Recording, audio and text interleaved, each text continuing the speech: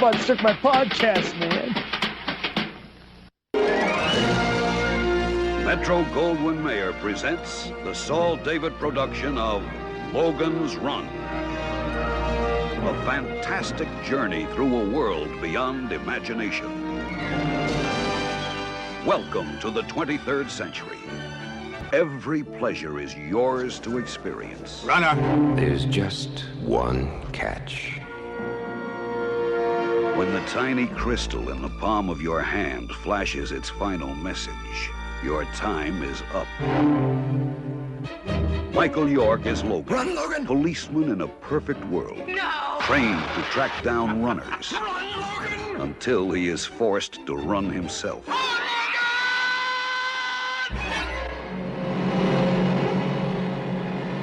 Logan! I'm your friend, I understand. We all go crazy once in a while. But she's a runner, and it's over. Overwhelming, am I not? Box, an incredible being. More than human, more than machine. Diabolical guardian of the gateway to freedom. For Logan and the woman who loves him.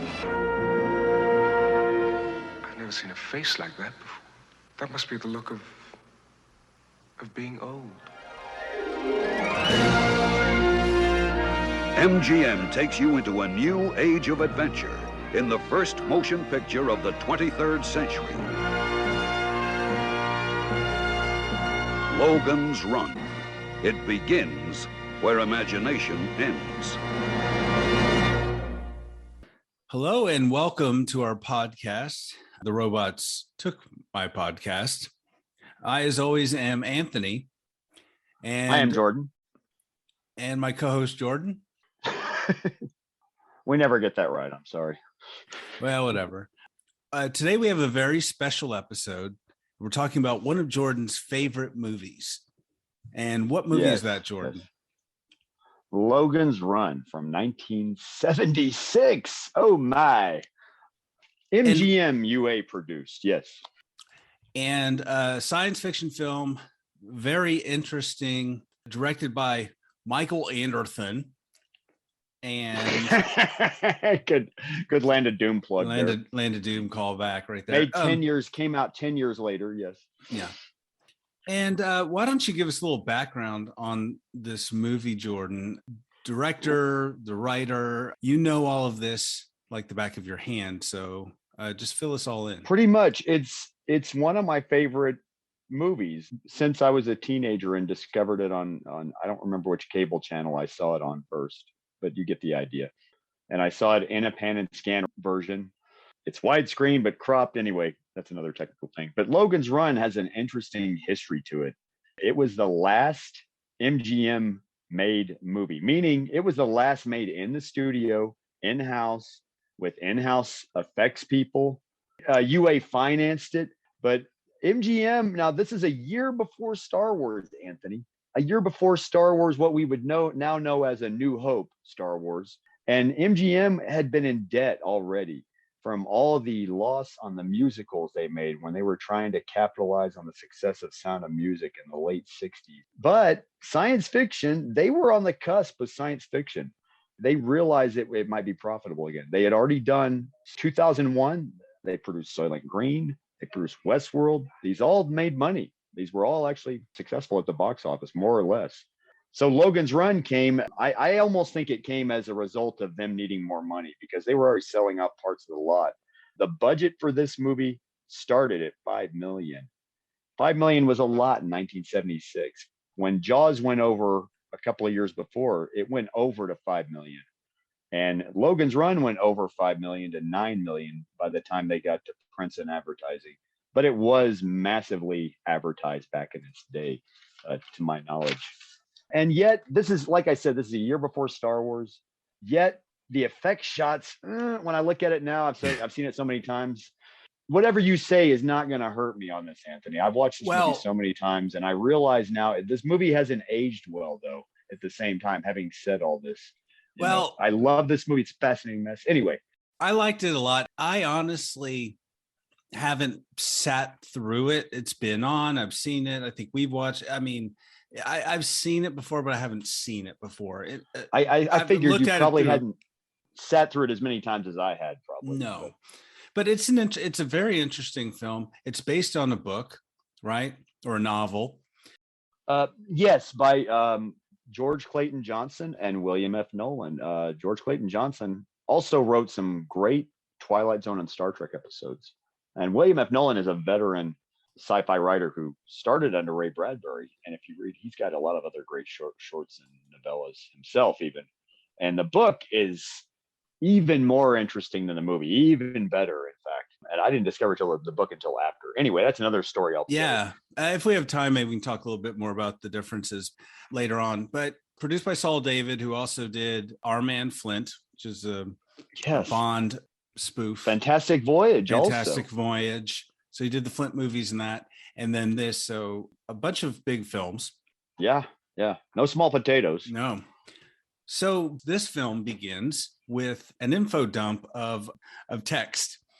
And it's a monologue. Yeah. And I think that was added at the last minute, clearly, explaining the situation. They're in the 23rd century. The 23rd century. Yeah. And life ends at 30. No spoiler. So it begins with the screen crawl, or not even screen crawl. Star Wars gave us a screen crawl. Star Wars gave us time to absorb this information. There's a lot of backstory, and the world was destroyed in some sort of ecological catastrophe. Holocaust. Yeah. Overpopulation, etc. So the people that created this world, there's just domes, and then there's the outside world, and everyone lives their whole life in these domes and has no idea what's going on in the outside world. And for population control, when you reach 30, they kill you basically in a certain way. You have to go on carousel. Like an anti-gravity carousel type device where people float up into a crystal and explode, and everybody cheers. And it's very pretty. You can kind of see the wires too. Hate to say. Yeah, especially in HD. And when you look at the domes in the city, you can tell it's a model. And that's like we were talking about just to preface again, yes, these people live in a city under giant domes, basically. Because that was a big idea in the 70s for some reason already, as it was life under a dome, because that was when they were starting to worry about ecology more in the 70s. Earth Day was when that happened. There's a lot of messages in this film, certainly ecological, social, a lot of commentary, a lot of sort of deep thoughts to be had. But we'll talk more about special effects as we go along. But let's just say HD is not forgiving of the models. Like no, you mentioned, it's not. When you've seen before in other 70s films. Where you're talking about the models, because that's how it opens, is right on the shot of the models after where we open on a miniature landscape of domes and mountains, and then we dissolve into the domes, into this other miniature city, and that's the city Anthony's describing right now, folks.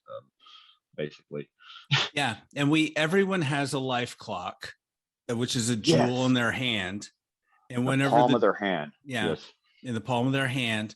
And so whenever they're young-ish, prior to 30, it's green. And then when it turns red, whenever you're approaching 30 or you're over 30, right? Yeah. It starts not to nerd out. It starts clear. And apparently when you get up to about 10 years old, I guess it turns to yellow, and then it turns to, I think it turns to green and then red. Red is like the last phase, though, of your life, basically the last 5 years, 4 years, something like that. See. Okay. And then anyway, flashes. Not to nerd out on you. Sorry. No, you're fine. You're fine. Thanks. Whenever you're over 30, it flashes, though. Flashes red. Yes. And so Your time is up. The movie begins with Logan at, I guess, a hospital, whatever this is, or however babies are born. It's a nursery, basically. Yeah, it's a nursery where babies are born. It's robotic sort of incubator. And there was a new Sandman that was born, and he is a Sandman, as is his friend Francis.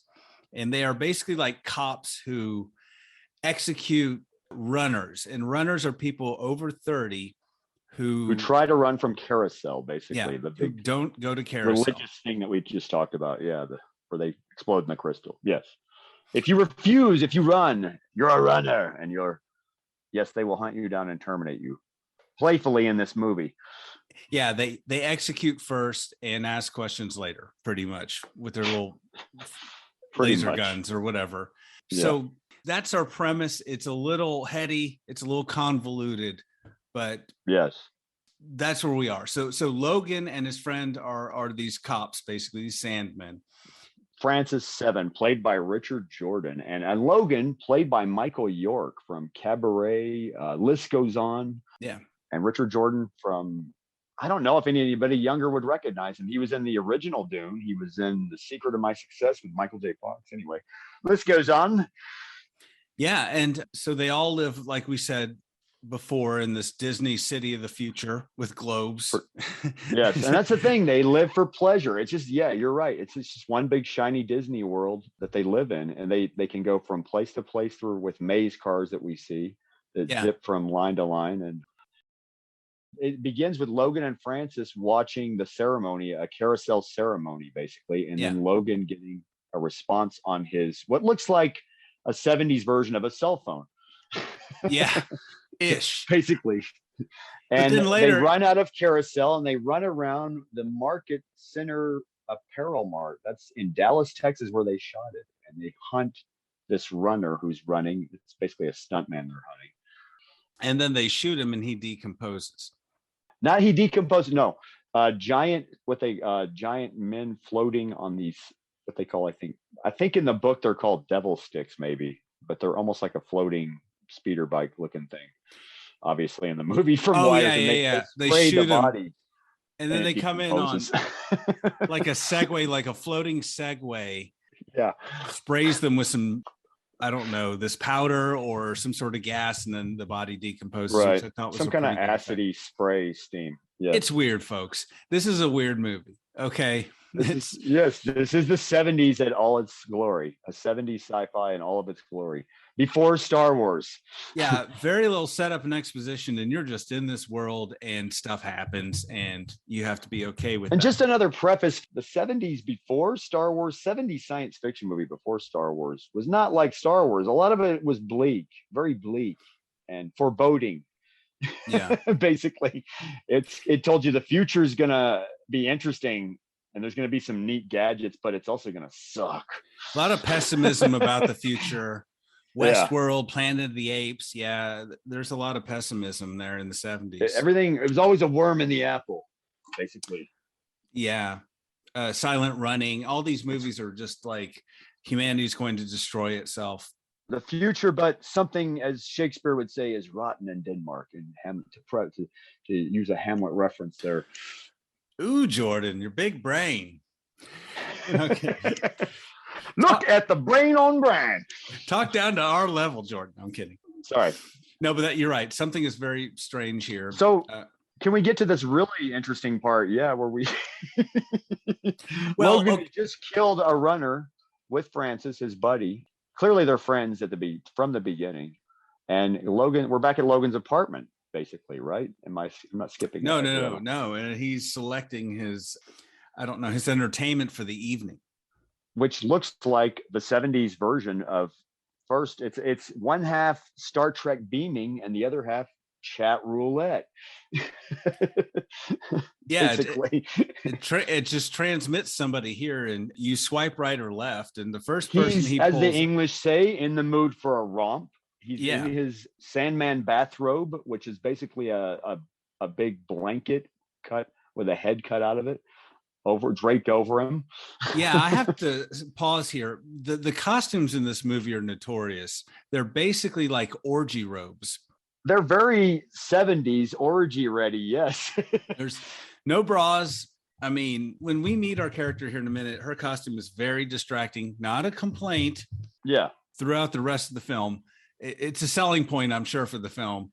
But yes, there's not a lot of undergarments happening. But they were designed that way consciously, from what I understand as well. Oh, dude, yeah. Totally. Because it is a society of hedonism. It's an adult Disney world, basically, that people live in. So the first person, I don't know if Logan's supposed to be bi, but the first person that comes up is a guy, and he's like, nope. So I don't know if he has a case of the not gays. I don't understand that. But yeah. He nods he shakes his head okay, yeah, right. and then changes the dial, and then dials up the lovely Jessica Six, played by the lovely Jenny Agutter. And basically, that's where I'm sorry. Go ahead. You talk. That's where our story begins. And Michael York. That's where our story begins. Yes. So we have an American film in which the two leads are British, and it's very interesting because they all live in the same dome, yet some people have different accents. I think Richard Jordan is the only, and then the other supporting players that have little speaking lines. Those are the only Americans in the movie. And Richard Jordan is kind of the only more prominent American in the movie. But you're right, man. It's Michael York is doing a bad American accent, and as is Jenny Agutter. Yeah, I mean, so much so that they might as well not even do one. Yeah, exactly. If they're it's not attempting, really an effort one. Yeah. If they're attempting, it was missed on me. Jenny Agutter she's a little more successful in that.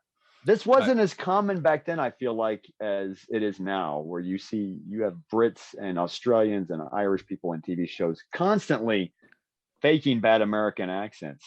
Or good ones. Yeah, there are very few American Sometimes actors. They're good, but I feel like sometimes it's like becomes a game of guess if he's an Australian or Brit for real. Yeah, judging by how odd his American accent sounds. Nowadays, maybe some people can't pick up on it, but I can. I'm sorry. There are very few American actors actually in work. I think the majority of people are Australian or British or Irish. Today. Pretty much, no exaggeration. You don't know anymore. They're taking our jobs. And so, anyways, so Jenny Agutter as Jessica shows up, and she's supposed to have sex with him, but she sees that he's a Sandman. And oddly, they don't have sex. And this is a 70s movie. Even for a PG movie, this is kind of odd, I feel like, looking back now. She doesn't give in to him. She doesn't want to. He's a Sandman. She's depressed. He's a Sandman. He's evil. He represents the man. And so she has some questions, you can already tell, about their society and what's going on.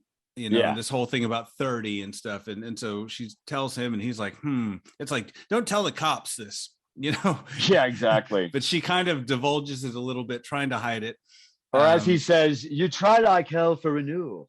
Otherwise, when this turns to black, that's it. But if you're one of the misfits, that's where I come in. And he pulls his gun out. So. Yeah, and he points his gun at her. That's good foreplay. Points his gun at a real classic guy, yeah. So why wouldn't she go for him right away, of course? So what is renewal, Jordan? Can you explain that to everybody? Renewal and myself as well. Renewal is what people in this society believe happen after carousel.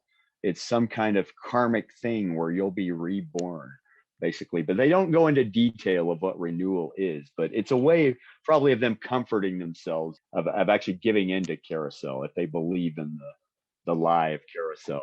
Because that's what they constantly say in this movie. I'm sure you'll be renewed. I'm sure your friend was renewed when he went on carousel.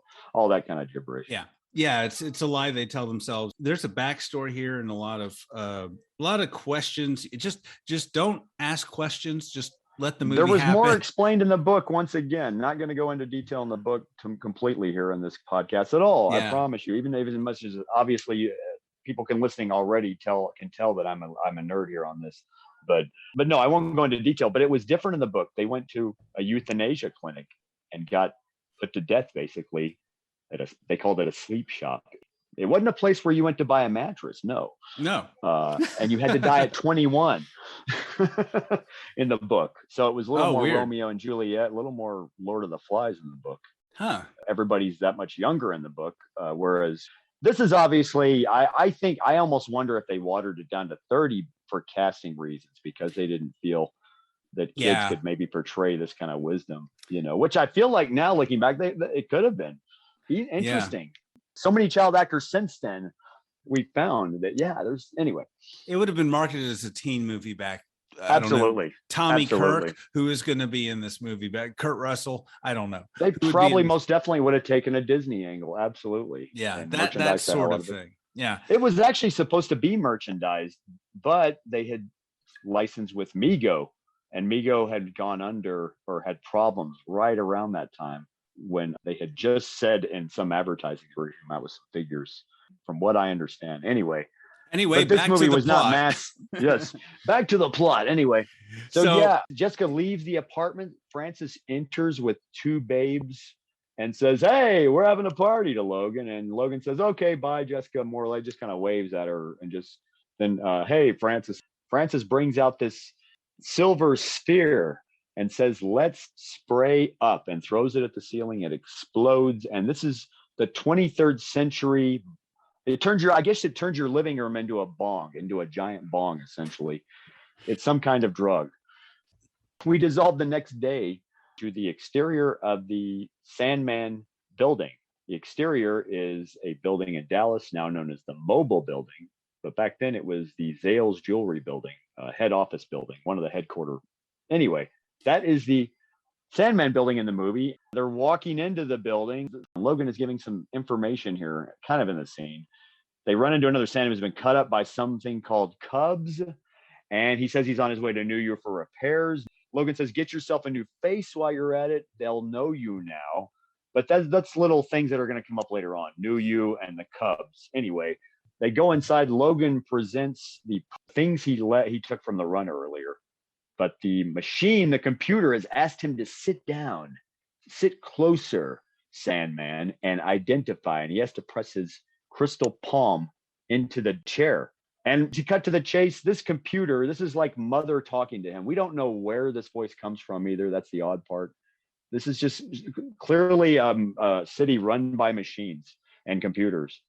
We don't know who is the almighty one controlling it at the top of it all. That's the odd part of it, all this. We just assume it's computers. Anyway, the voice tells him that he needs to run and find sanctuary, a place where runners hide out, so that he can find this place and kill all the runners. And he says, "How will I pose? I still have 4 years left." And she says, "Identify." And basically it turns his clock blinking. And so Logan now has to run, be a runner himself. And it's not as dramatic in the movie, I guess, as I'm making it now. Anyway.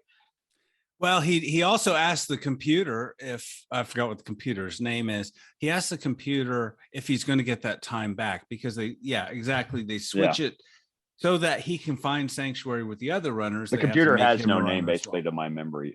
Okay. Yeah. So that's the first thing, is he's like, wait a minute. And the computer doesn't answer him. So he's like, am I just basically being terminated now after this mission? And so it begins to sink in that maybe this isn't a good thing, this special mission, and the computer's being really, really shady about the whole thing.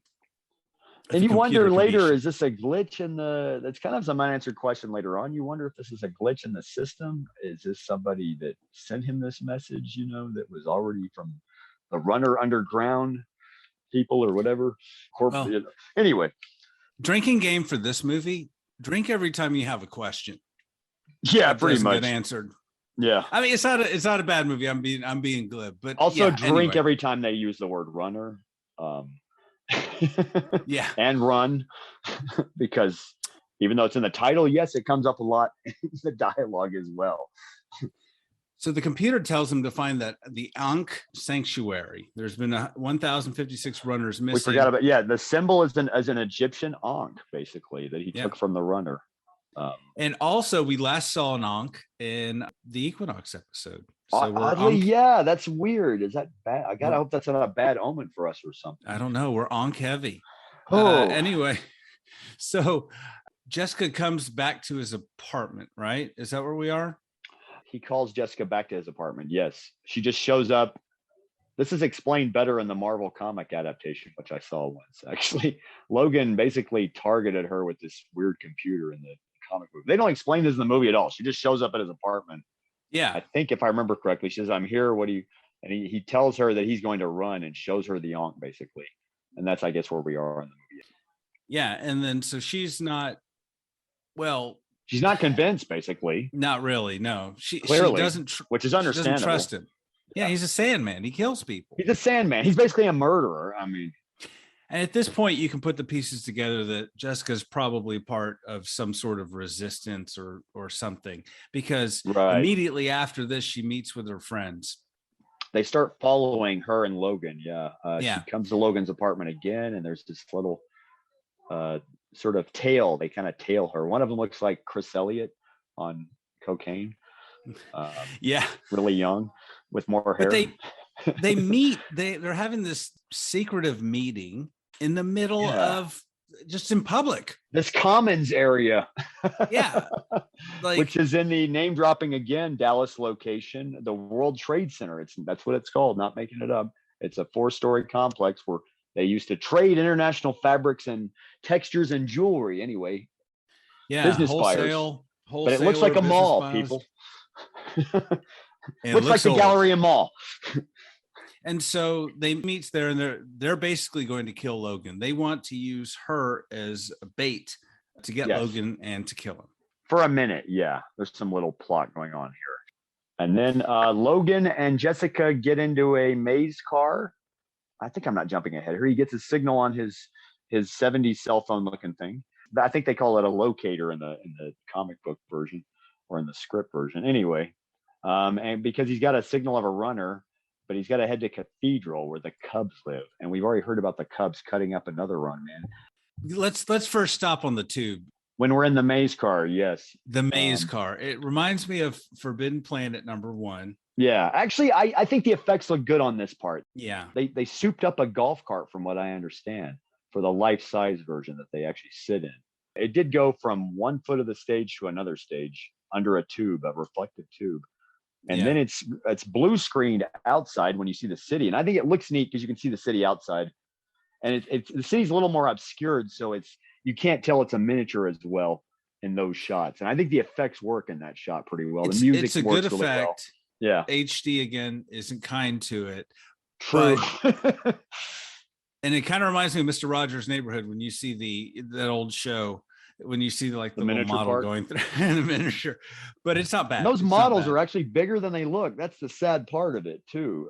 It's just because of the way it's photographed. I'm sorry.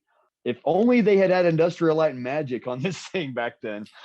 But there are worse effects in other movies, so they're fine. True. They're not exactly Ed Wood.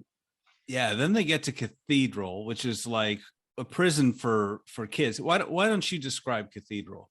Cathedral is a place where the younger kids hang out, and it's actually a little more akin to Lord of the Flies. It's where kids who are about to turn 14. But it's like delinquents. Yeah, I think it's 14 is the stopping age with the Cubs and their little delinquent gang society, and they're in a cathedral area. And it's basically in an old cathedral. It's basically an abandoned area of the Dome City. Oddly, just a behind the scenes note, the set for this is they actually shot this behind a facade, Anthony, on the MGM lot, behind an actual street facade.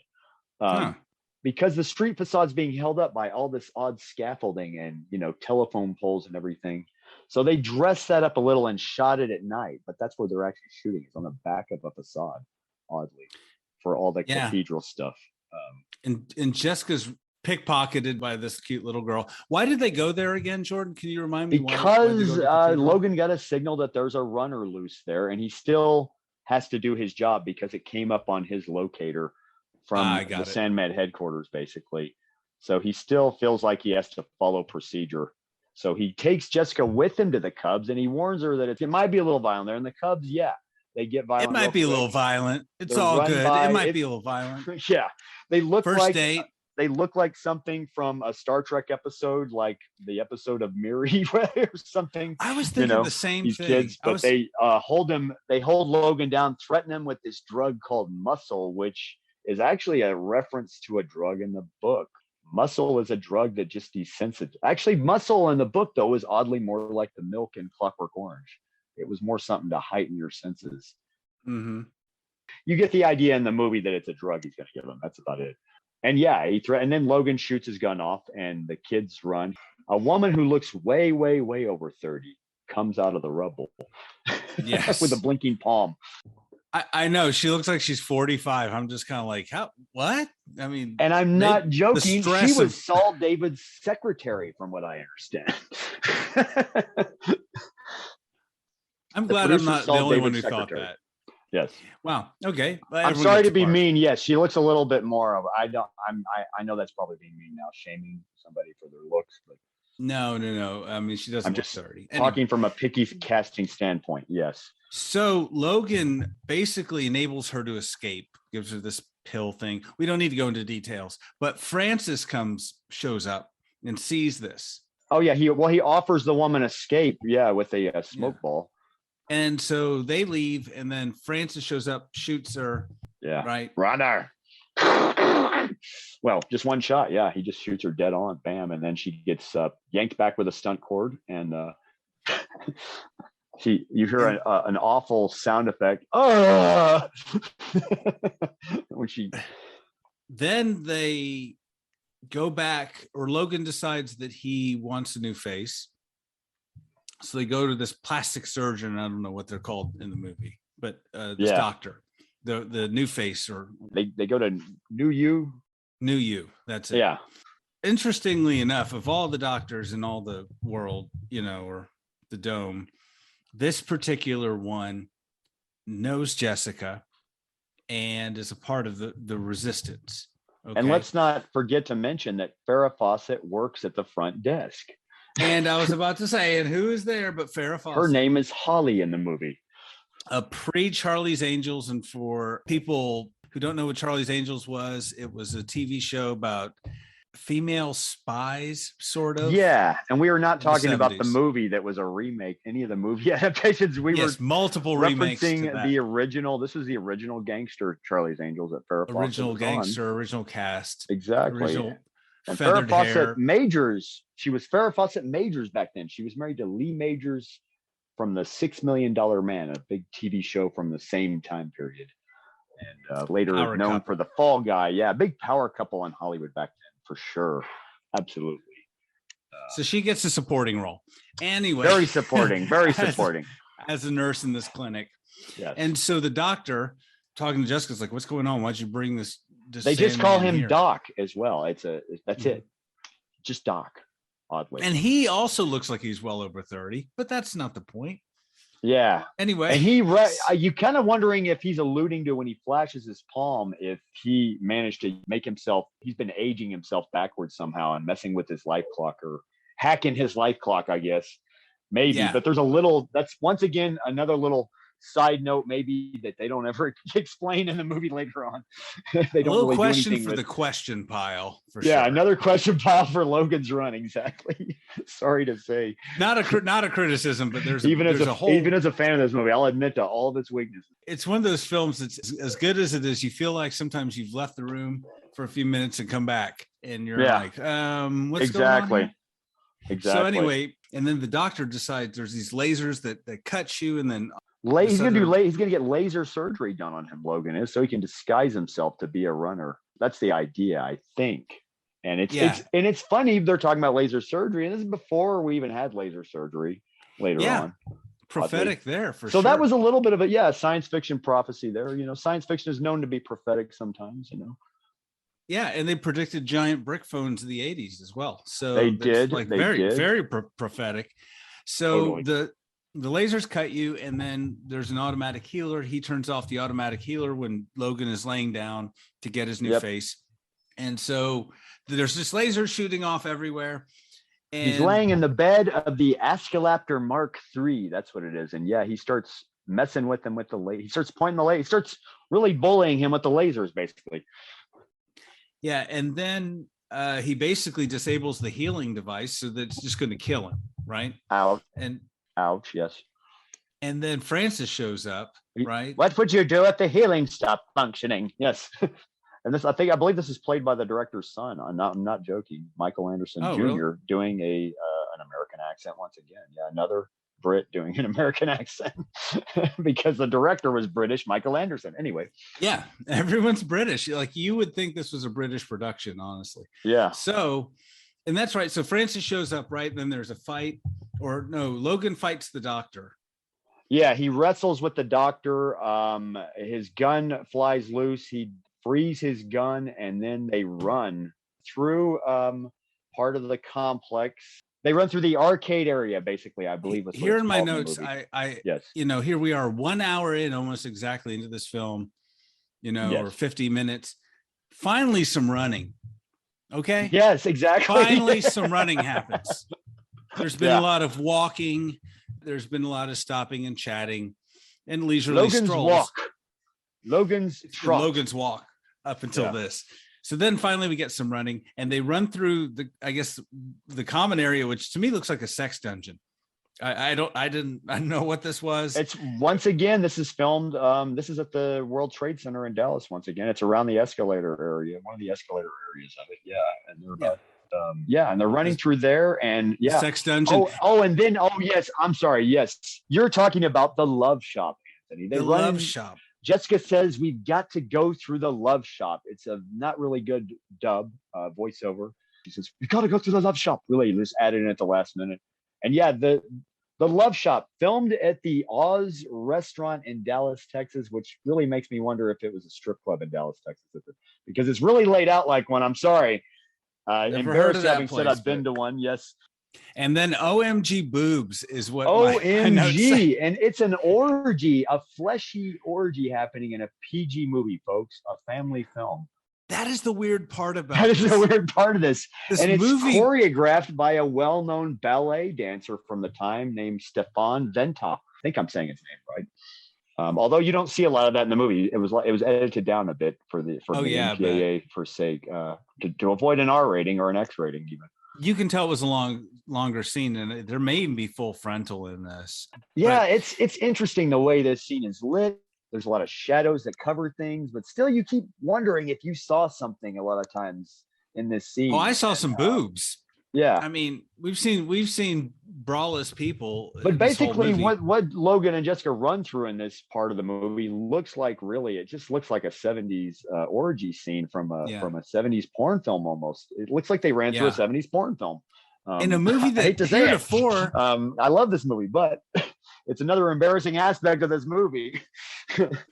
And heretofore, it felt like a PG movie. There's not a lot of blood. I mean, there's some stuff, but it's all fairly tame.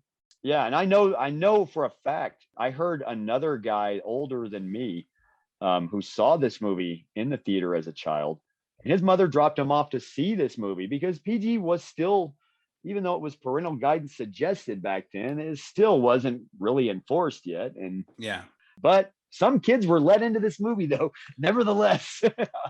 Oddly. So they run through this excuse to show some boobs. Yeah. And then they end up in this other part. They exit and they're running down oddly the side of a giant sound stage. Okay. And then they run into an underground part, which is basically the El Segundo sewage area of California, which has been in every movie all over the place. Yeah. And then so anyway, there's these folks with these spears that release gas in their faces. I love it. Their faces are all in shadow. You don't really know who these people are. Add that to the question. They've got these glowing, pointy spears that glow at the tip. They look like a bad looking spear lightsaber, I guess. And they point out spray, I guess, that hurts when hit your face because you hear Michael York go, "Oh, hey." Anyway. So they don't like the fact that Logan is a Sandman. Yes. You can tell they're sort of tied in with the runners somehow. Logan asks them, "Is this Sanctuary?" And they're like, "No, this isn't Sanctuary. Sanctuary is beyond this." Yeah, it's the way to Sanctuary. Possibly they kind of allude to it a little bit. Yeah. And so they're about to, I guess, kill or gas or whatever Logan and Jessica, and then Farrah Fawcett shows up, and she's confused. Yeah, she comes in out of nowhere, just out of a door in the wall. And she says, "I'm Holly from New York." They killed Doc. They killed him. And it's like Farrah Fawcett, I wouldn't say she was a bad actress. I've seen better performances from her. I don't totally blame her, other than the dialogue they gave her as well. But this is this is a really bad performance on Farrah Fawcett's part. It's almost like, all right, who let the TV movie actress in? I wouldn't say she was a good actress. From what I've seen. Really? Farrah Fawcett? I wouldn't say she's a bad actress either. Yeah. But yet her hair looks great. Oh, her hair always, looks great. So then Jessica has to remind Farrah Fawcett's character that Jessica says, "Remember, there was another Sandman there. He didn't kill Doc, basically." But it doesn't come out that way, of course. It's Holly, remember the other Sandman. And that's where her accent slips, unfortunately. She is, and that's where I was confused about what happens. Like, did I miss the other Sandman running in the earlier scene? No, that was Francis they were talking about. But yeah, because Francis Yeah. comes in at the last minute. But yeah. But that he wasn't involved in the killing. So then she's really convinced. It's a very bizarre scene. She's convincing her. Yeah, that it was him, that she did some Jedi mind shit there almost. Yeah. Right. But I mean, wouldn't you? It's pretty obvious, though. If I were the other people, I'd be like, she's really coaching her and pressuring her to say something that was not, didn't immediately come to her mind. Exactly. But anyway, they buy it. Yeah, if you're the guy, if you're the judge and juror poking the spear at somebody, then yeah, you're going to be like, hey, shut up, let her talk. So then they let him go, but a bunch of Sandmen show up and just start shooting up the place. Yes, they blow one of the doors open. There are stuntmen wearing Sandman costumes. There are stuntmen extras running with their butts on fire. No joke, if you look closely in the scene. It's hilarious. Jessica decides at that moment that she's going with Logan. She's going to run with Logan the rest of the way. Because he's like, take her, send her back. I'm going on. And she's like, no, I'm going with him. So I want to pause here. Yes, okay. I want to pause here and have a little discussion, Jordan, just between you and me. Okay. I don't know if there was a lot of relationship development before this time. There were just two people who were together, right? Yeah. Yeah, they met through Omegle, more or less, or chat roulette. I mean, it's not a criticism because it's not bad. Like, you get it. It's not distracting. It's not wrong. I just would have liked to have seen a little bit more before this happened to convince me that she is just going to risk her life. Yeah, that's true. They do justify it later. Like, she has her own reasons for going as well. Yes. But at this moment, it feels like, oh, I love you kind of vibes or something that's coming from the scene. And it feels a little, it does feel a little contrived, little rushed, a little forced. But the movie's 2 hours long, so we don't need to make it longer. A little forced by the creators, mainly. Yeah, exactly. Very convenient for the plot that this happens, but not a big criticism. It's just one of those things. True. And so while all of this is going on, and if I forget something here, Jordan, this movie happens in fits and starts. Like, nothing will happen, and then a bunch of stuff will happen, and then nothing will happen. They keep running, and they run to the bowels of the city at this point, is all I can describe it as. And we see a door. Oh, the door. They come to a door. Yes, the magic door with the Ankh, yes. Yeah, so the Ankh symbol that Logan had earlier, that Francis gave to the computer, which gave to Logan. Yeah. Anyway, that was taken from the Cubs. Anyway, if you're taking notes, you'll need to. So he uses he loses it in this water, but then there's another Ankh on Jessica's, and her costume is like she has shackles around shackle. It's her neck, basically. It's a choker. It's not a choker. It's a choker. It's a silver choker. It looks like it's like a shackle. It's like a neck brace. Anyway, there's an Ankh on that. Very S&M. Yeah. They use that to open the door, and they get to a giant fish tank. And it's an interesting effect once again, where they used footage from a fish and they superimposed it into the shot. And they're basically where they shot it too. Is oddly, fun fact once again, is they shot it near the water tank area where the MGM water musicals were shot. This was the technical part of the tank part that they were kind of in, I think. But then, oh no, I'm sorry, this part, they're in the El Segundo sewage plant again. They shot in the El Segundo sewage plant, the part it looks like where you see a lot of pipes and everything.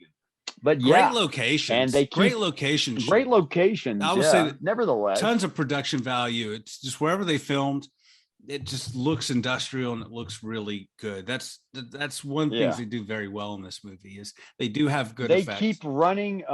They're on the run from Francis, and then they run into Francis in this area, and Francis stops and goes, "Logan!" And then Francis shoots at Logan, blows open a big water area, and it causes a big flood. And suddenly the movie looks like a Poseidon Adventure level disaster movie. Yeah. They're swimming through water, Logan and Jessica, the bowels of El Segundo, I think again, maybe I think they're back at MGM again. Yeah. The water tank area. He shoots the fish tank and they get flushed out, basically. They get flushed onto a big platform elevator, which carries them up to ice world that's frozen over. And let's pause. We meet Yeah, who do Oh, we? yes. No, Okay, I'm maybe sorry we to should cut you off. pause. Who do we meet, George? Who do we meet? We meet Box, a silver-looking. I think he's supposed to be a cyborg, maybe played by the wonderful, great Roscoe Lee Brown, Sir Roscoe Lee Brown. I knighted him myself. Is he British as well? Great voice. No, actually, he's another American. I forgot about him. He's another American. He is a man of beautiful color. And yeah, he's rambling on about fish, plankton, protein from the sea over and over again. And Logan and Jessica have just disrobed right before meeting Doc. We have seen Jenny Agutter naked, We've seen her naked. just right there, topless, and then with just pantyhose. And then Logan just takes his shirt off. Logan just takes his shirt off conveniently. That's all he has to do. But to be fair, then, she's only wearing like a very thin sheer fabric. I mean, that's the only thing she's wearing. It's not like she has. You take off that one piece of clothing, and of course she's butt naked. Yeah, I wonder if the ladies felt cheated in this scene because they didn't get to see Logan's junk in this. I mean, Logan's junk or his butt. But I can't speak to that. I wasn't. It didn't bother me. But I will. Let's back up to that robot, Jordan. You see, I saw what you did. I saw what you did. You tried to sneak past the robot. This is one of the most ridiculous robots I've ever seen in film history. I'm serious. I'm going back to the 50s. I'm going back to the 30s. I'm going back to Flash Gordon. I mean, I could have made this robot, Jordan. It's weird looking. The guy has a foil mask. He's made of mirrors, I think. Maybe. I don't know. Is that what it is? It's just bizarre. And he's on a remote. He's standing on a remote control radio car. I think maybe the whole time. Yeah, and he's very tall. It's weird. Like there's no legs. It's just like. And he's very wobbly. He's got wheels, and he's tall. He's got vacuum cleaner arms, I guess, with rubber gloves on the end of it. Exactly, made with hoses, or made with that corrugated tubing that they use in dryers. Yeah. Maybe I was trying to dance around a bit. You were trying to be clever. Maybe I was trying to get her away from how bad the costume is here. It's no Darth Vader, yes, people. Anthony's right. I can't. It's pretty silly. It's not the worst thing ever, but It's funny when you consider, once again, Star Wars was a year later, and they did a lot with very little with Darth Vader. When you consider all they made on Darth Vader was the mask and the helmet on Darth Vader, technically. The rest was a leftover motorcycle outfit and a cape from a medieval department. Yeah. Well, I mean, that's clever compared to this, even. I think that's probably costs less money, too, by comparison, because I know this costume cost. And you see the crew reflected a couple of times because this robot is so damn fucking giant. And it's rolling around in this ice world, like Jordan mentioned, or this ice cave, and it's talking about it's this big giant, beautifully made. It's a beautifully made ice cave once again by Dale Hennessy, the set designer. Looks good. Dale Hennessy, no small potatoes either. He later did Annie. He's the one that fixed up that New York set at Warner Brothers. It's now known as the Hennessy Street because of him. Anyway, name dropping. I needed some Hennessy to get through these effects because they were pretty. And this whole scene is weird. This whole scene is weird because he's freezing seagulls, and also it turns out freezing runners for food. Freezing people. Yes. Are they being used for food for the city? I don't know what's going on here. I think that they're alluding to cannibalism at this point, but I wonder if this was. Now, this was in the book, I know, but it was a little bit more so in the book in your face. Basically, Box was the leader, and he lived in the North Pole with a bunch of cannibals. I'm not making that up. Anyway, they probably skirted over that for the movie, but add that to the question. It's a little more watered down in the movie. Who made Bots? What's this all about? What's he doing with the plankton? Also, they left a big chunk out of this scene. There's a scene that was cut from this scene in the movie that made more sense for Logan and Jessica getting naked. Actually, Box wanted to sculpt them out of ice, and that was also going to be his way to trick them to get them naked to freeze them. Oh, well, that kind of they chopped that out of the movie for length, basically, which was kind of makes more sense. I think that was stupid. Who left all the furs there that they put on? Anyway, I don't know. Yeah, those are furs from the other runners, we assume. This scene is. Yes, I agree. mean, they ran 10 feet into this cave, Jordan. It's not like they ran for anyway. I'm sorry. Your reactions are killing me. I'm sorry. It's bizarre, but it is kind of creepy. The funny part is this robot is kind of creepy because it don't make it a sense. It's weird. Yes. It's crazy. it is kind of creepy. The robot, even though it looks like it was made in a 99-cent party store, it does look weird. And the whole situation is bizarre. And it's like the movie, an already weird movie, takes a 90-degree angle turn into real weirdness.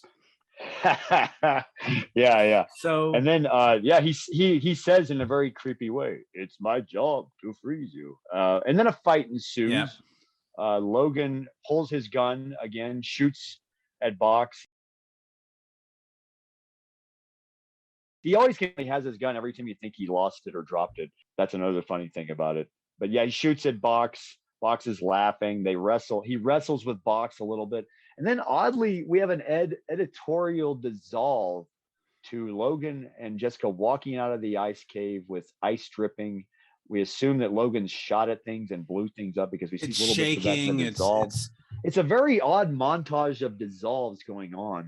I feel they left, something happened here. Second unit didn't do their job, or yeah, I feel like they were chopping through something happened. Somehow, they ran out of money. I don't know. Something happened to make this scene. There's more to this story. I don't know. Let's not talk about it anymore. They cut to the chase somehow. And I think even the movie makers were like, this scene, let's just move on. And so they go outside. Look, the audience won't notice this, okay? Let's hope they get some more popcorn when this scene happens. They're dumb. They won't notice. But yeah, they come outside. We see the sun, and the Jerry Goldsmith score swells up, and we get a bagpipes, and we get horns, and my God, Logan and Jessica have never seen real sunlight, Anthony.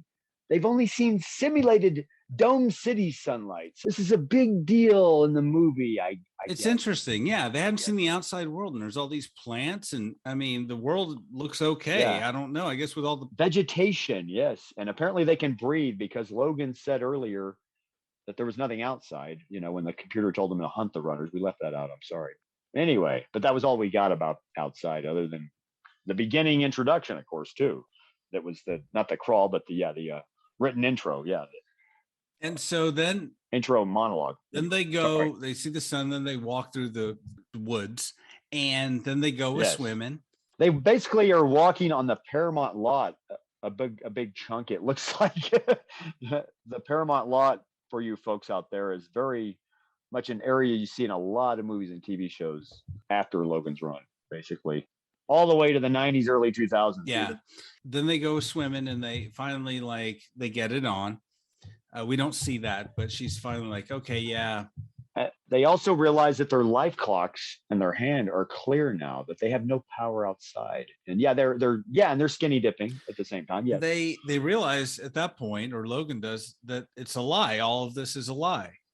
If the light clocks are only activated by something in the Dome City, and it's not a real thing. So they continue on, and we have a Planet of the Apes moment, sort of. Yeah, very much. Yeah. Planet of the Apes skinny dipping moment, I guess. And then, discovering vegetation, long. Oh, you mean long walking? Long walking. So Logan is not really running again. Logan's walking at this point. Yeah. The skinny dipping, the walking, and then they see a Lincoln Memorial that's just covered in vines. Well, you're cutting a little bit ahead. They come to an exterior of a city that's overgrown in vegetation at first. And Jessica says, it must be sanctuary. Yeah. But Logan says, out in the open. Come on.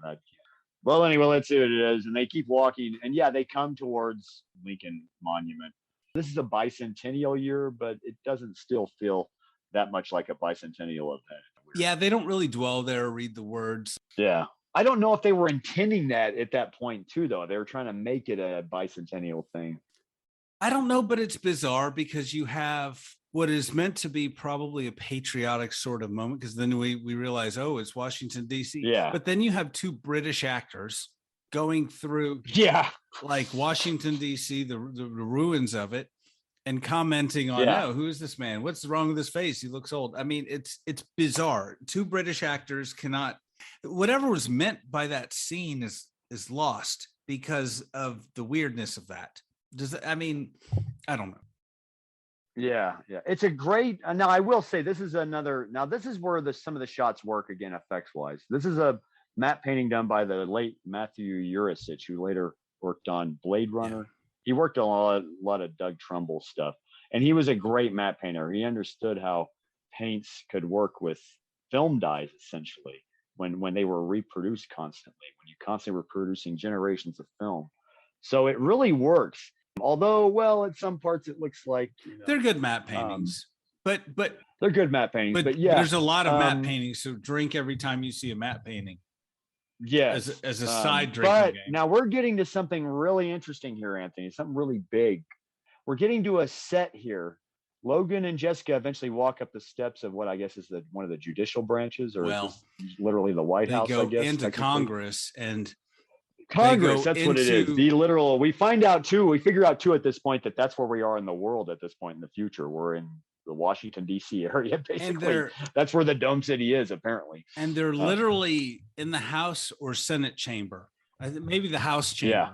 And I mean, I think it's the House chamber. And yes, and do you realize that this set has a connection to another movie, Anthony, called Wild in the Streets? Oh, I was wondering that too. I was like, this looks just like the Wild in the Streets set. Yeah. Is that it? It's overgrown in this movie, but I am pretty sure I have done so many frame comparisons.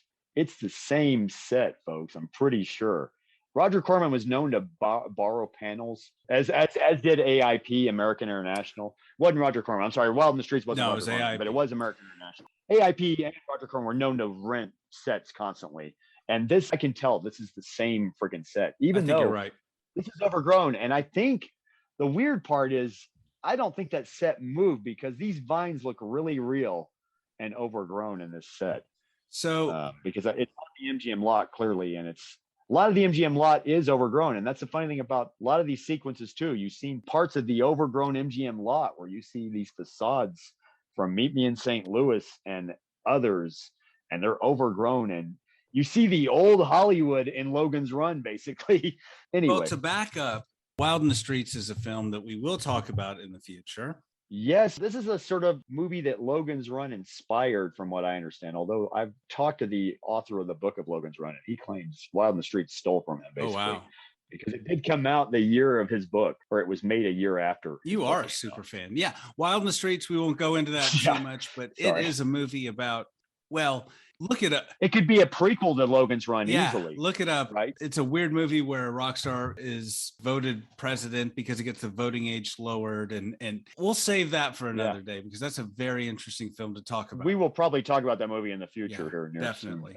But yeah, parallel themes, put a pin in this. We'll talk about that later. Yeah, but yet I think it's odd that it's got the same sets, folks. Isn't that weird? I think you're right, because I was thinking the same thing, but I think you're right, and that's a weird parallel. And so in my mind, also, I'm going to present something really weird and wild here. I'm going to present a conspiracy fan theory here, Anthony, as a fan of Logan's Run and fan of the movie. We're both a fan of Wild in the Streets, and I think Wild in the Streets is an unsaid prequel to Logan's Run, whether you like it or not. At this point in time. It was made before it, etc. It could be. You are the only one making that connection, but I agree with that. Probably the only one, yes, that is making that connection in the world right now as we speak. Absolutely. But I don't think anybody else remember these movies, unfortunately. That is a good point. That's a very good point, and I agree with you. Who do they meet? Who do they meet at the? They meet an old man who is an old man played by a younger made up Peter Ustinov. He might have been in his 40s, actually, or 50s when he was playing this old man in reality. But they meet a bumbling old man who doesn't really make them feel any better about being old, I don't think.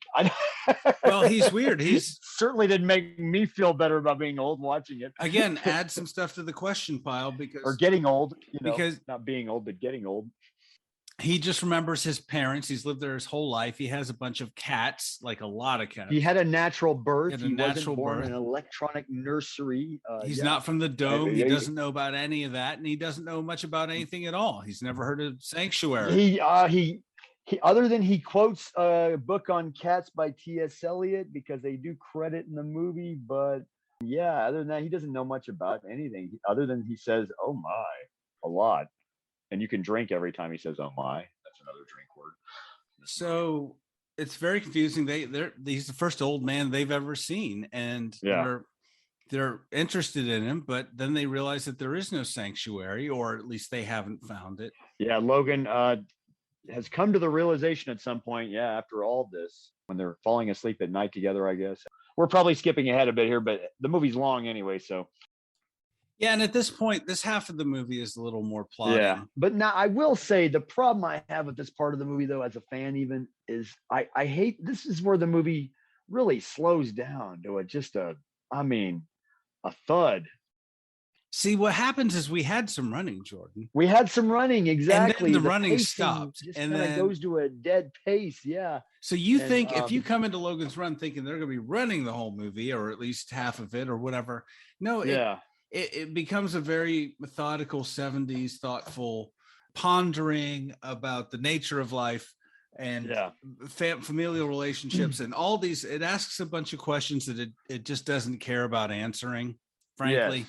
Oh, but we can't leave out the part where Francis has caught up to them, basically. He's caught up with them in the house chamber. Then they're in the same set.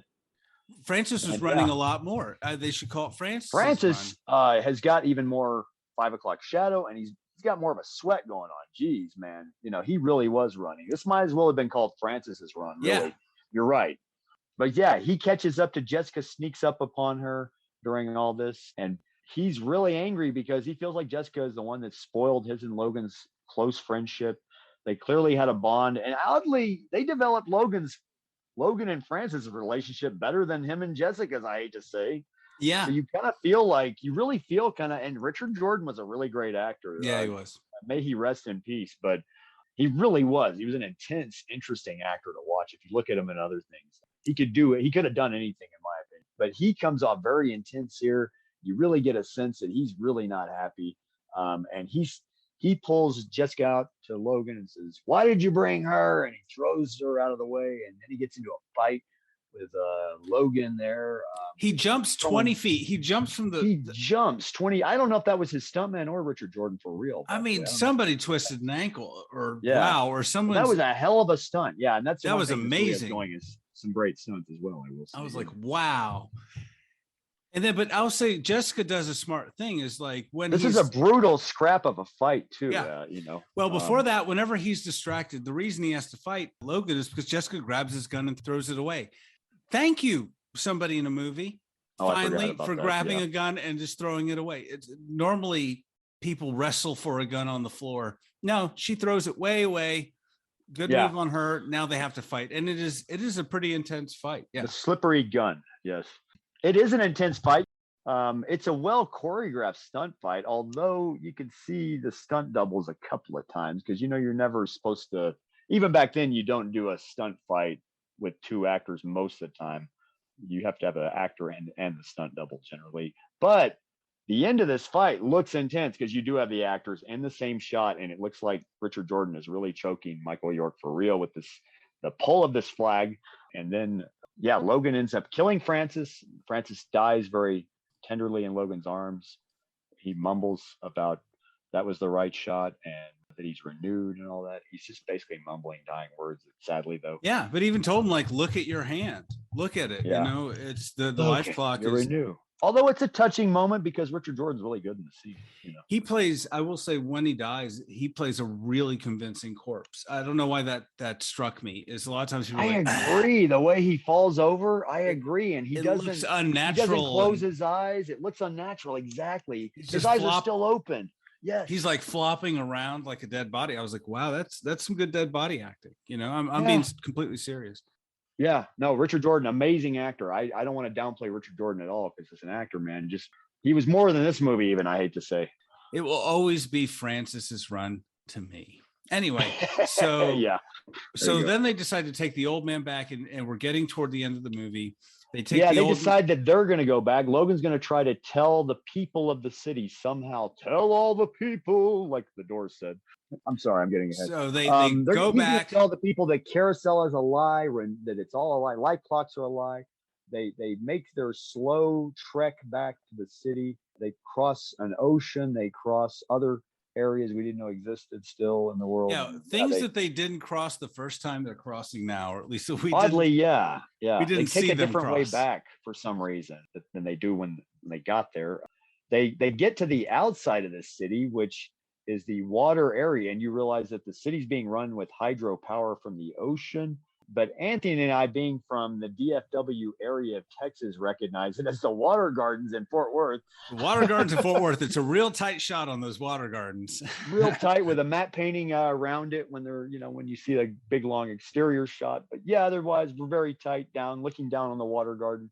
And they just dive right city. in. I didn't realize it was downtown that Fort deep. Worth outside. Yeah, I didn't know you could dive in there. A homeless guy drowned in there a few years back in that area. Oh, man. I thought you weren't supposed to even dive in there, but they made the actors. Looks like they made the actors dive in there themselves. They really dove. And they really dove. It's not stunt doubles. That's the odd part, I thought too. I will pause here to say that these actors, Michael York, Jenny Agutter, yes, from American Werewolf in London, also, by the way. Yes, classic film. She's a great actress. Great actress as well. A lot of power there. So in the second half of this movie, they're really, I mean, they have to hack their way through the woods. They get dirty. They have to they do a lot of work, it looks like. Yeah. I mean, they're run ragged through the second half of this movie. These poor actors really, I don't know what they were paying them, but they really did a lot of their own stunts and a lot of their own work. I believe that's her. And they dive. Yeah. They dive right into this very we're getting to a area. part now. And we're getting to a part now in the movie exactly where they are in the water tank, the famous water tank at MGM, when we get to inside the water of the water part of the city that they're swimming into. And they come up out of the water tank in MGM in the motor area. And you talk about being tired. They look, I'm sorry, they do look, when they're getting out of the pool part of this scene, they kind of look like they're really worn out for real. Yeah. Jenny Agutter looks like she's about to collapse. I don't know if that's just acting or. Yeah, she couldn't even get up. He had to help her up. And he's helping her out of the pool, and it looks convincingly real. Like, it looks a little too real. Like, they're kind of run ragged somehow. I don't know if it was they were really out of breath because they had them going under so many times. Yeah, they filmed that scene 10 times or something. But they get into the city. They walk. They're back outside Carousel somehow. Logan tells people who are about to go into a carousel ceremony to wait, don't go in there, stop. It's a lie. It's all a lie. Carousel is a lie. Night clocks are a lie. And then the Sandmen come and arrest them, basically. Yeah, well, nobody's listening to them. That's the thing, is they're telling they just everyone, laugh at them. Yeah. No, but the extras laugh at them. The indifference there. Yes, but that's the commentary. Again, there's a lot of commentary in this, and that's one of the things. It is they're just like whatevs, and let's go to Carousel, and then it's then a city of apathy and hedonism, basically, at the same time. So yes, yeah, and then they get captured. Go ahead. They get captured. They are back to the computer. The computer room of the Sandman headquarters looks like the same type of interrogation room Logan was in the beginning of the movie. There are other Sandmen standing around guarding. 2 of them look like they're way past 30, I gotta say. Sorry. For life, throw that out there again. A life of hedonism, there's some people that don't age very well. Like the runner earlier, maybe that's what it is. Maybe it's the miles, maybe not the years, Anthony. Yeah. But they look like they're already pushing 40, some of these Sandmen in the scene, I gotta say. True. Since I threw the woman under the bus earlier, I gotta throw these Sandmen under the bus as well. I'm sorry, I gotta be equal opportunity here. But yeah, and he is interrogated by the computer.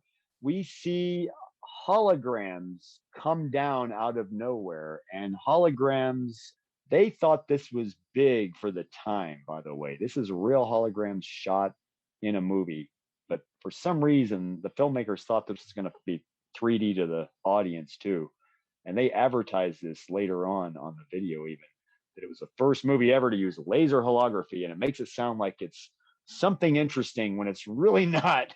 It's more interesting if you see it in reality, probably, but not in the movie. In the movie, it looks like a rainbow effect, sort of 3D rainbow effect when you see Logan's heads in these holographic displays spinning, basically. And his mouth is weird as he's talking. The computer's reading his mind and asking the computer's questions. reading his mind, showing visuals, and he keeps saying, "There is no sanctuary." As the computer, is asking him what happened. Did you find sanctuary? He has the same weird misaligning mouth that that the robot had earlier that made it weird. It's just like his jaw is like, I don't know. There's something bizarre going on with this whole thing.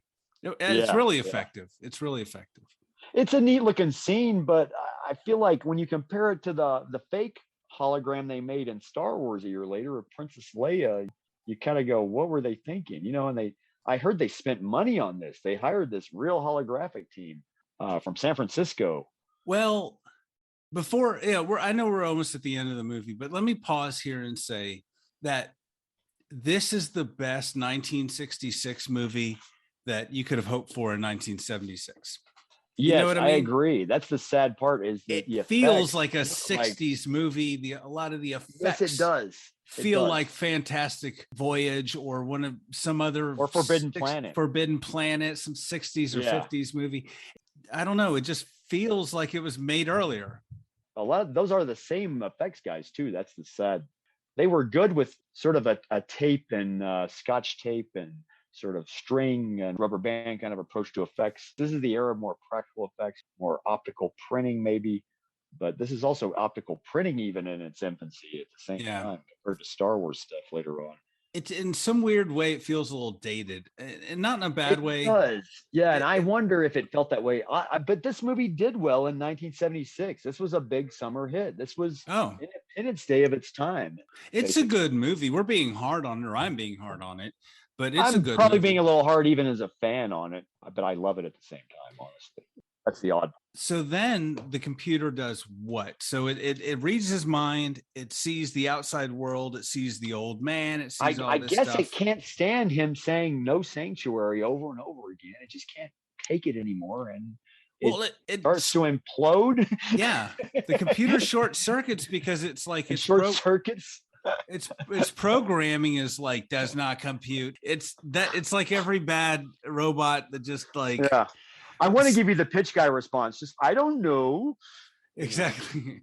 It just, that's what needs to happen to wrap up the movie. It got it. But no. That's how the movie's going to wrap up, Anthony. The computer's been programmed with certain assumptions that there is no outside world or whatever. And then there's no old people. And it's presumably been programmed to believe what all the people believe, which is wrong. And then they can't handle that. I don't know if that's how computers work, especially supercomputers in the future, but this one can't handle it.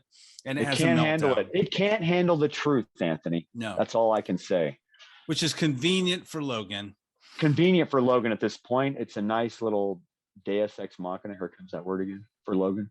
And then Logan shoots this. I think he pulls the gun off another Sandman, shoots the other Sandman, runs with Jessica as one of the air conditioning ducts is about to fall down. And then the place just starts blowing up. The whole city starts blowing up. The whole city starts blowing up. Not just one dome, all of them, all at the same time. It causes a chain reaction somehow. Yeah. I have no explanation for it other than add that to the question pile. I guess the computer was so peeved and freaked out. Minds want to know. It's just going to blow up the whole city. Anyway, so then Logan and Jessica run outside and they brought the old man with them. We left this part out, but they left him in the Fort Worth Water Gardens. He's been waiting outside this whole time. Luckily, it didn't take that long. He didn't have to camp out or nothing. Yeah, he had to wait. He's been standing there the whole time. For 20 minutes. He's been standing at the water gardens waiting for them. and so they come back out, or they don't come out yet. All the people start coming out of the city. So all the young people, it's beautiful. Were there emergency exits? How the hell? Jerry Goldsmith music. It's good music. It's a touching scene, but I don't know how they got outside. Like they had to swim through this water duct. I mean, is there just an emergency exit they didn't use? Anthony, we saw an explosion and we saw them. We assume they came out of the explosion, maybe it was a big explosion in the ground. No, I'm just messing with you. But we're gonna have a follow-up. We're gonna have a follow-up podcast episode where Jordan just explains the plot holes in Logan's Run. We'll see what happened. The city blew up, right? Duh. And they walked out through one of the holes in the side of the building. All right, I dial back your woeful comments here. Yes, maybe you explained it wrong, Anthony. Yes, no, you're right. I don't know, Anthony, honestly. And it doesn't matter. I'm being silly. You're right. They swam in. The people just walked out from not that far away. I don't know where they came from. But they all They're not building worried. in the They're background just at one like point. walking outside, like, what happens, everybody? Let's go They're outside. all just, yeah, they all wander out like a bunch of Eloys in the time machine, wandering to the sound. Exactly. Or I thought something. the same thing with that or Wally. This movie has yeah. parallels between both those movies. And one of the beautiful young blondes starts touching the cracks in the old man's face, and she smiles and looks at the other people as if to say, "No, he's real. He's not a mannequin. He's not a wax figure in front of me.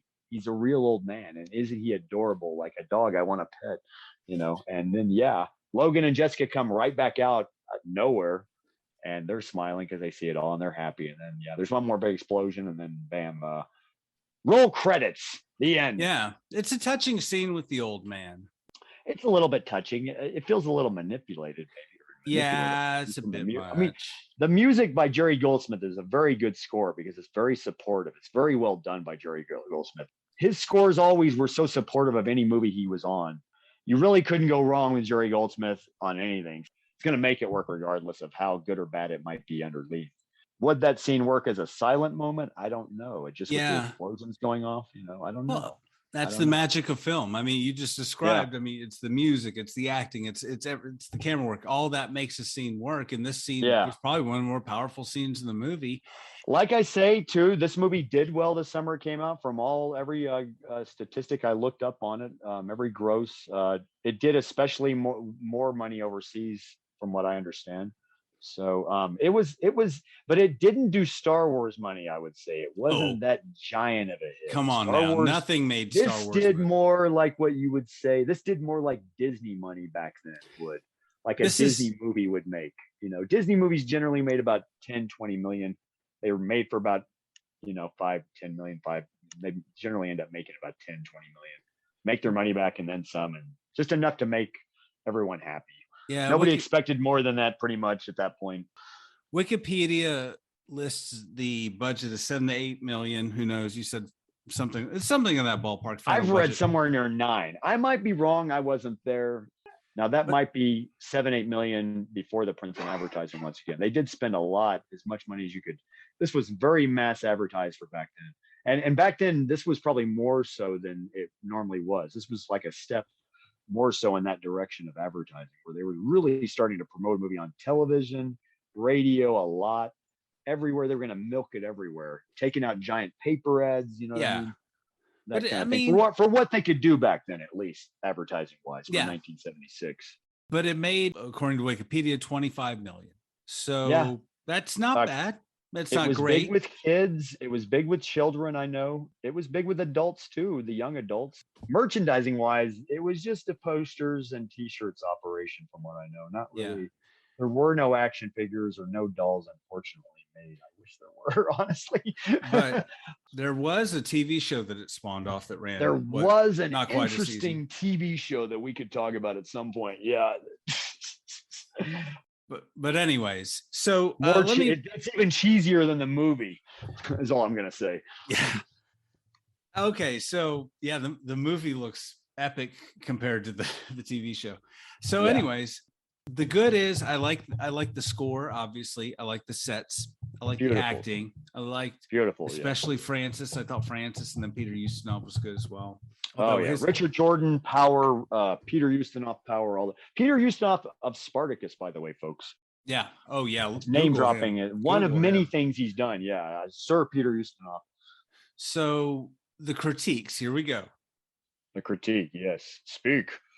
And I've sprinkled some of this throughout. And I'm going to preface this by saying it's not a bad movie. I liked it a lot. I thought it was a lot of fun.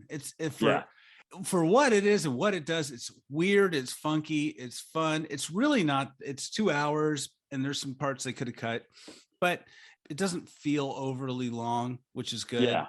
It's still a movie you can sit down, light up a joint or bowl or drink a beer and watch at home for sure on a Saturday night and have fun still, And then, but it does kind of it has a feel of a British movie. I don't know if it's because there's so many British people in it.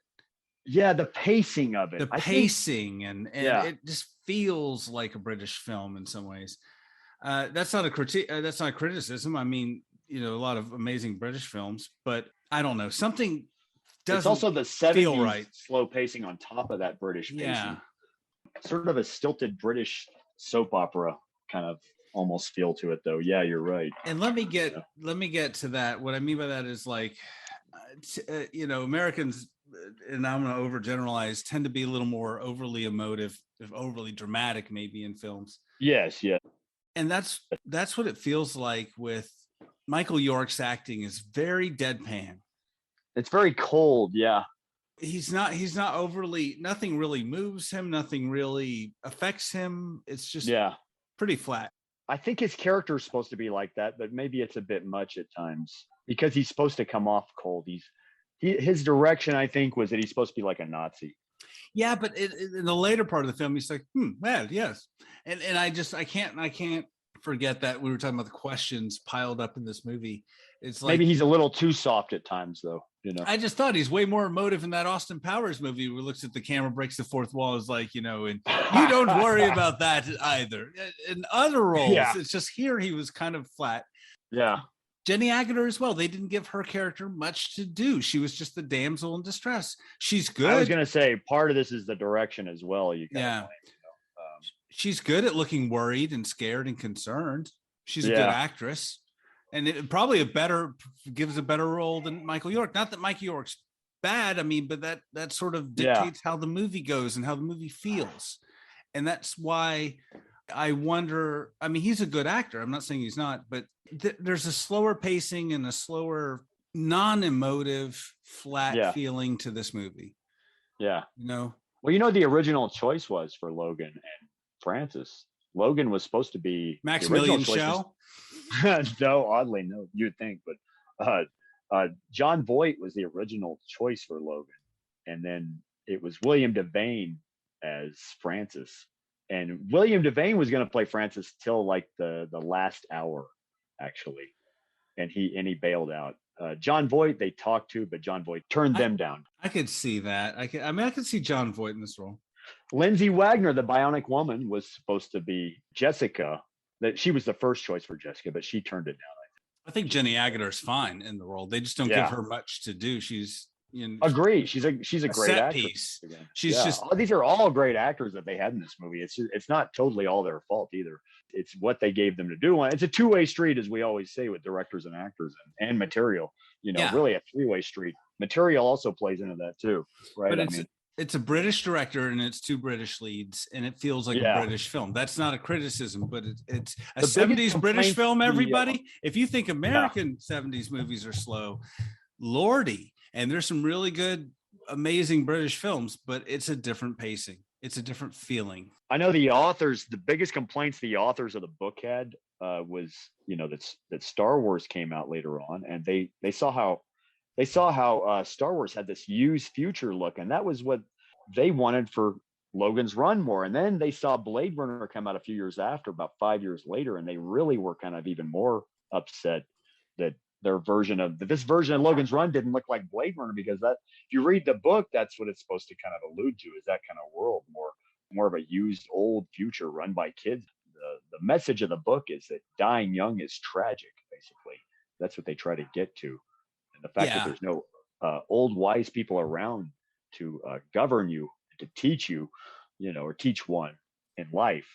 But that was the interesting message of the book, essentially, compared to the movie. The movie kind of has a lot of different messages going on, like you were saying earlier. It touches on some very interesting ideas that it doesn't explore. But I mean, it doesn't quite exactly explore, though. Yeah, I don't want it to, because the movie's already 2 hours long. So it's like, I don't editorially, I feel like it could have been tighter looking back, maybe because I've edited things, and I feel like they could have left in things that were left out that would have explained things better in some areas. There was a whole scene left out in the very beginning of the movie where they had Francis chasing a runner, and he kills the runner immediately, and onlookers cheer the runner, and you get the idea that they cheer the Sandman. I'm sorry, not the runner. They cheer the Sandman. They cheer Francis. But then they dissolve from the dead runner's crystal hand into the baby, where Logan is tapping on the glass. That was what it was supposed to be. Well, that would have been good. Yeah, and that was apparently all this other stuff was in the preview, at a preview screening in San Francisco, but the preview screening was considered very disastrous, from what I understand. basically. And It's that was why sort of they a confusing movie in a lot of yeah. ways. There's That was also when the intro was added in. You were talking about the beginning, the written intro, where they explain the backstory of the world. That was it added in at the very last minute as well, as they tend to do on things like that. I noticed in a lot of these. yeah, it's not the most complicated film ever, but somebody has Yeah. to sit you down and establish a few key bits of information, right? Before Yeah. you can understand this movie. And that first screen splash doesn't even begin to scratch the surface, and the dialogue isn't fine enough in its exposition to really pull that out in a proper, comfortable way. It's just like you're getting fed bits of information like a Yeah. Clockwork Orange kind of. You're like, what does this mean? And you've got to solve the mystery what this movie's about. But my biggest criticism, and again, I was really impressed. I thought it'd be boring and long. It's not. It's a lot of fun, you know, because I've seen it. I haven't seen it, but the third act is weak. I think they could have done more with it. Found sanctuary. I agree. Organized a resistance, and I don't know how the book went, but there could have been more. And I know that's a little bit cliched, but they meet this old guy, and it's in a very 70s anticlimactic way. They meet this old man, and he doesn't know anything about anything. And then they go back to the city, and then stuff just kind of happens. Deus Ex Machina. I think a little more thought could have. And then the movie ends. Made that, yeah, exactly. And roll credits. And made it a little stronger of an ending, a stronger of a third act. It's not terrible. It's not terrible. I agree. It works. But I don't know what you could have done, but you could have done something that's a little more thrilling instead of just walking through woods. I mean, we go from running to walking, and literally, physically, and plot wise, and also in pacing. We just start walking. End of the movie. I feel like the best part of the movie is the beginning when they're in the super city, because that's where the story really is, in my opinion, isn't it? That's where they're missing the movie a little. They're missing that's where the movie doesn't know what it is, you know, where it kind of misses itself, because that's what the movie is supposed to be about. It looks like it's supposed to be about that world. It's supposed to be about living in a super city. And then we leave the world. We spend, if you're not going to do anything in the outside, then don't spend as much time out there. Right. Yeah. Spend 10 minutes. That was the way they advertised the movie back in its day. If you look back as well, it's all advertised about the spectacles you see in the city. It's not about seeing the old man at the end of the movie. That's what I don't understand as well. I think the movie forgets itself at times. You know what I mean? Have a 2001 A Space Odyssey sort of moment. I don't know, where you meet an old man. It kind of has that deflated feel, like you've seen all this and then you get to this and I'm supposed to ponder and think. But the third act, there should be stuff happening in the third act. Things need to be happening. You don't need to take a break and walk around. You know, that is not what needs to happen, even in the 70s. But again, that's a super harsh criticism. It is a fun movie. It's thought-provoking. It's interesting. I mean, I'm being super harsh on it just because we're here to critique and not gush over it. Exactly. No, but it is a lot of fun. I recommend everyone go see it. The way Jordan says, you may need a little chemical enhancement, whatever you want. You might need a sedative or two, or something, some type of sedation. It's a fun movie. It's super interesting. It'll make your brain swim a little bit. That robot is silly. If you also consider Blade Runner came out 5 years later as well, just 5 years later, Blade Runner came out. It feels like you compare the look once again. It feels outdated. Kind of, I hate to say it, as much as I love the movie. On arrival, it felt outdated. I don't know. I mean, it's not a bad movie. I loved it, or I didn't love it. I liked it a lot. I thought it was fun, and I give it. How many life clocks do you give this? I give it 6 life clocks, or in the alternative, Farrah Fawcett feathered bangs. Oh, okay. I like your rating. Yeah, I'm gonna change mine up from yours, but Farrah Fawcett bangs. How many Farrah Fawcett bangs? Yeah, I give it 6.5. It's good. Oh, okay. It's a good movie. It's classic in a lot of ways. Yeah, I give it 3.5 life clocks out of 5. I guess, at this point. I mean, because I love it, but I admit to it's parts that are kind of messy as a script. But it, like you say, It's almost, I know there was a review from back then that I came across from Variety, where Variety back then called it dumb but fun. That was part of their glowing review. I don't think it's that dumb. They would later say the same thing about Independence Day, though. Dumb but fun. A lot of critics, but That is legit dumb but fun. But this there's some heady concepts going on here. There's some. Yeah, it's not a dumb movie in the sense that it's not tackling interesting subjects. It's a dumb movie in the way that it's clumsily handling those subjects. It's not quite pulling it off. And the robot, even in the 60s, I bet that robot was like, come on, man.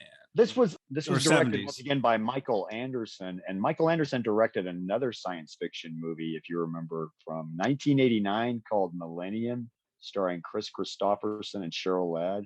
And it's weird. It's kind of the same deal where they set it up with a powerful concept, but yet it doesn't pay off so much. It's kind of, they missed the mark once again. And it seems like, I don't know what was Michael Anderson's deal with science fiction and always missing the mark. I don't know if he was overconfident about some things or something like that, but another interesting movie that kind of misses the mark a bit, Millennium.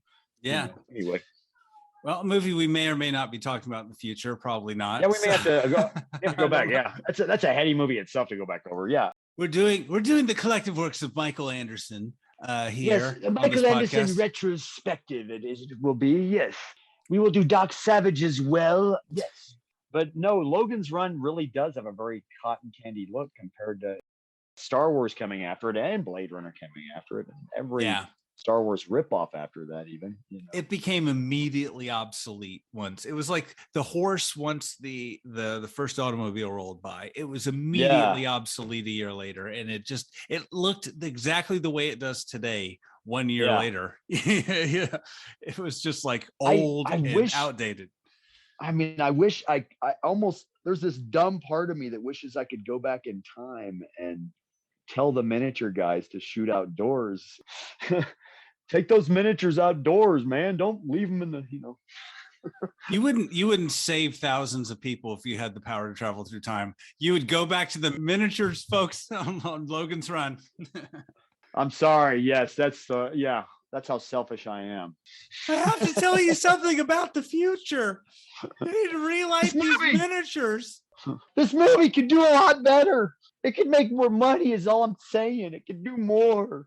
All right, Jordan. Well, it's been great talking to you about movies, especially Logan's Run. Great talking to you about one of my favorite movies, Logan's Run. Nevertheless, yes. It's one a fun movie. Interesting messes, Logan's Run. Yes. But even movie. Hey, even when we look at some of our favorite movies, you're forced to kind of review them and critique them. They become like Equinox. I was like, well, this isn't that great a movie now that I watch it again. Yeah. The great thing about the show, it forces me to sit through a whole movie. Yeah. All right. Well, again, it's been great talking to you about movies, Jordan. Great talking to you once again. And next time we'll be talking about some other movie. Absolutely. Maybe an American movie with just an all-British cast that's leisurely plotted. I don't know. Yeah. Maybe we'll have to find a Richard Jordan movie. Hey, maybe. All right, everyone. Take care. Thanks for listening. We appreciate it. And this has been The Robots Took My Podcast. Run, runner. And now a word from our sponsor. It's Saturday night. You're single. There's nowhere to go. You've already gone to arcade. You're looking for another mate, male or female. Put yourself on the circuit. Dial extension 1169 for that special someone, male or female. Get yourself on the circuit tonight. All trailers, clips, music, or any other copyrighted material are used sparingly, edited from their original forms, and used for the purposes of criticism, discussion, commentary, and education about these fine films.